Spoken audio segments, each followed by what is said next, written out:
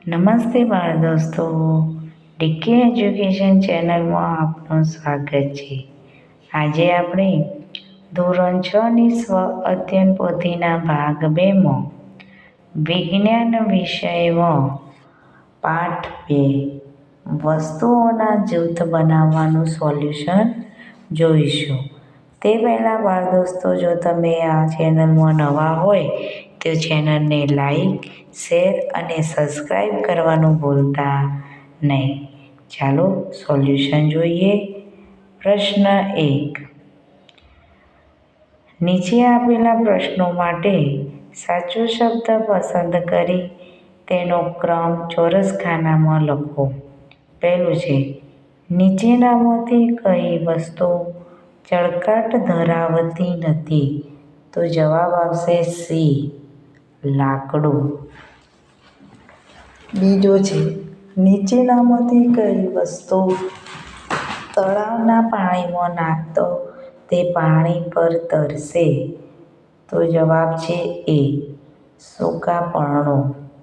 ત્રીજું છે, નીચેનામાંથી કયો પદાર્થ પારદર્શક નથી? તો જવાબ છે ડી.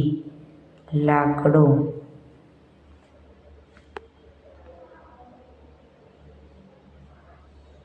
ચોથું, નીચેનામાંથી કયો પદાર્થ પાણીમાં દ્રાવ્ય થતો નથી? તો જવાબ આવશે એ. તેલ. પાંચમું, નીચેનામાંથી શું અસંગત છે? તો જવાબ છે ડી. રેતી. હવે પ્રશ્ન 2. ખાલી જગ્યા પૂરો. તો જે પદાર્થ પર સરળતાથી ઘસરકો પાડી શકાય છે તેને ખાલી જગ્યા પદાર્થ કહે છે? તો જવાબ આવશે નરમ. તૈલી કાગળ એ પારદર્શકતાની દ્રષ્ટિએ ખાલી જગ્યા પ્રકારનો પદાર્થ છે? તો જવાબ આવશે પારભાસક. કેટલાક પદાર્થ પાણીમાં સંપૂર્ણ રીતે ઓગળી જાય છે તેને ખાલી જગ્યા પદાર્થ કહે છે? તો જવાબ આવશે દ્રાવ્ય. પાણીમાં દ્રાવ્ય ખાલી જગ્યા વાયુ જળચર પ્રાણીઓ તેમજ વનસ્પતિઓના જીવન ટકાવવા માટે અત્યંત મહત્વપૂર્ણ છે? તો જવાબ આવશે ઓક્સિજન. ખાલી જગ્યા પદાર્થની આરપાર તમે વસ્તુઓ જોઈ શકતા નથી? તો જવાબ આવશે અપારદર્શક. હવે પ્રશ્ન 3. મને ઓળખો. પહેલું, હું પાણીમાં મિશ્રિત થતો નથી? તો જવાબ આવશે તેલ. મારી આરપાર તમે વસ્તુઓને જોઈ શકો છો? તો જવાબ આવશે કાચ.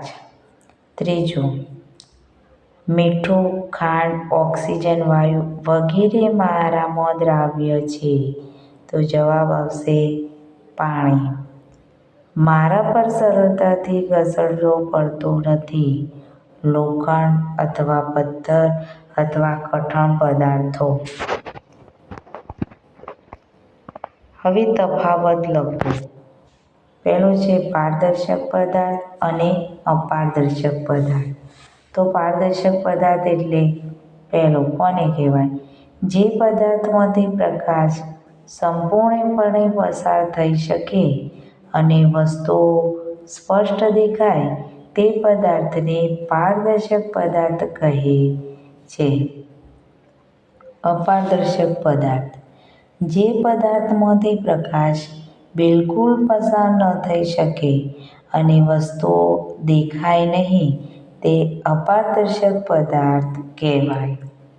બીજું ઉદાહરણ, કાચ, શુદ્ધ પાણી.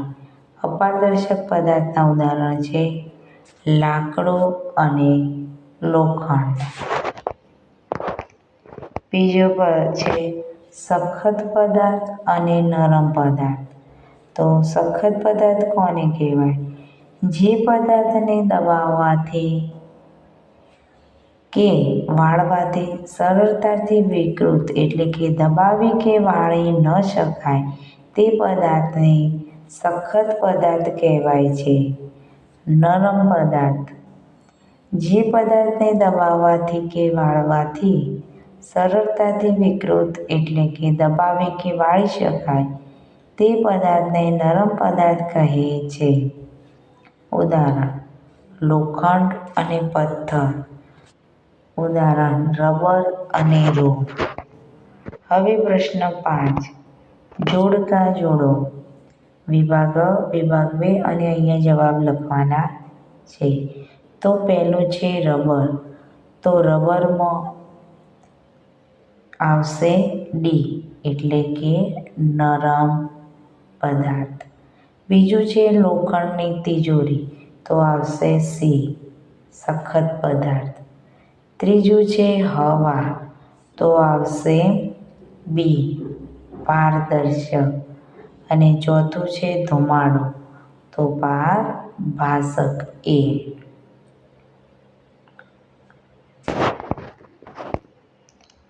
પ્રશ્ન 6. વૈજ્ઞાનિક કારણ આપો. કાચના વાસણો આપણે સાચવીને વાપરવા જોઈએ. કેમ? કારણ કે કાચના વાસણો નાજુક અને બરડ હોય છે. તે સરળતાથી તૂટી શકે છે. તૂટેલા કાચના ટુકડા વાગવાથી ઈજા થઈ શકે છે. તેથી કાચના વાસણોને આપણે સાચવીને વાપરવા જોઈએ. પ્રશ્ન 2. લાકડાની વસ્તુઓ આપણે સરળતાથી દબાવી શકતા નથી. કારણ કે જવાબ: કારણ કે લાકડું એક સખત અને મજબૂત પદાર્થ છે. તેના પર બાહ્ય દબાણ લાગુ પાડવાથી તેનો આકાર સરળતાથી બદલાતો નથી. લાકડાના અણુઓ એકબીજા સાથે મજબૂત રીતે જોડાયેલા હોય છે. જેના કારણે તેને દબાવવા માટે વધારે બળની જરૂર પડે છે. તેથી આપણા ચશ્મા પારદર્શક કાચના બનાવવામાં આવે છે. કારણ કે પારદર્શક કાચથી પ્રકાશ સંપૂર્ણપણે પસાર થઈ શકે અને વસ્તુઓ સ્પષ્ટ જોઈ શકાય છે. તેથી ચશ્માના કાચ પારદર્શક કાચના બનાવવામાં આવે છે. ચોથું, ગાડીનો કાચ હંમેશા ચોખ્ખો અને સાફ રાખવો જોઈએ. કારણ કે આગળના વાહનો સ્પષ્ટ જોઈ શકાય અને અકસ્માતથી બચી શકાય. પાછળના અને સાઈડ કાચ પણ ચોખ્ખા અને સાફ રાખવાથી પાછળ આવતા વાહનો સ્પષ્ટ જોઈ શકાય. માટે ગાડીના કાચ હંમેશા ચોખ્ખા અને સાફ રાખવા જોઈએ. પ્રશ્ન 7.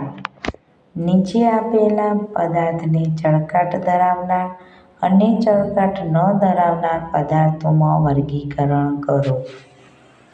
તો ચળકાટ ધરાવનાર પદાર્થોમાં આવશે લોખંડ અને એલ્યુમિનિયમ. ચળકાટ ન ધરાવનાર પદાર્થોમાં આવશે રૂ, લાકડું, માટીનો ગળો, ચોખ્ખું પાણી, નોટબુક, પથ્થર અને ચોક. પ્રશ્ન 8. નીચેના પ્રશ્નોના જવાબ આપો. પાણીમાં દ્રાવ્ય હોય તેવા 5 પદાર્થોના નામ આપો. તો મીઠું, ખાંડ, ફટકડી, ખાવાના સોડા અને પોટેશિયમ પરમેંગેનેટ. શું હવા એ પારદર્શક છે? શા માટે? હા, હવા પારદર્શક પદાર્થ છે. હવાના કણો એટલા સૂક્ષ્મ હોય છે કે પ્રકાશના કિરણો તેમાંથી સરળતાથી પસાર થઈ શકે છે અને પ્રકાશનું શોષણ કે પ્રકીર્ણન કરતા નથી. જેના કારણે આપણે તેની આરપાર જોઈ શકીએ છીએ. પાણીમાં ડૂબતી હોય તેવી 5 વસ્તુઓના નામ આપો. તો જવાબ: લોખંડનો ટુકડો, પથ્થર, ચાવી, સિક્કો, કાચનો ટુકડો વગેરે. કોઈ પણ વસ્તુ સખત છે કે નરમ તે કઈ રીતે ખબર પડશે? તો વસ્તુને દબાવીને, ખંજવાળીને કે વાળીને તપાસી શકાય છે. જે વસ્તુ સરળતાથી દબાવી શકાય, વાળી શકાય તેને નરમ વસ્તુ કહે છે. જ્યારે જે વસ્તુને દબાવવી કે વાળવી મુશ્કેલ હોય તેને સખત વસ્તુ કહે છે. પાણી પર તરતા હોય તેવા 5 પ્રવાહીના નામ આપો. તો તેલ, કેરોસીન, પેટ્રોલ, ડીઝલ, આલ્કોહોલ વગેરે. હવે નીચેનો ફકરો વાંચી તેના આધારે પ્રશ્નોના જવાબ આપો. તો અહીંયા ફકરો છે અને પ્રશ્નો આપેલા છે કે કાચનું રિસાયકલિંગ એટલે શું? તો પદાર્થના વિવિધ ગુણધર્મોને આધારે તેમને અલગ અલગ વિભાગમાં વર્ગીકરણ કરો. બીજું, પારદર્શક કાચને કઈ રીતે પારભાષક બનાવવામાં આવે છે? તો પારદર્શક કાચને એસિડની ટ્રીટમેન્ટ આપીને પારભાષક બનાવવામાં આવે છે. લોખંડને કાચ પેપરથી ઘસવાથી શું થાય છે? લોખંડને કાચ પેપરથી ઘસવાથી તેમને ચળકટવાળી બનાવી શકાય છે. બાળ દોસ્તો, વિડીયો પસંદ આવ્યો હોય તો તેને લાઈક, શેર અને સબસ્ક્રાઈબ કરવાનું ભૂલતા નહીં.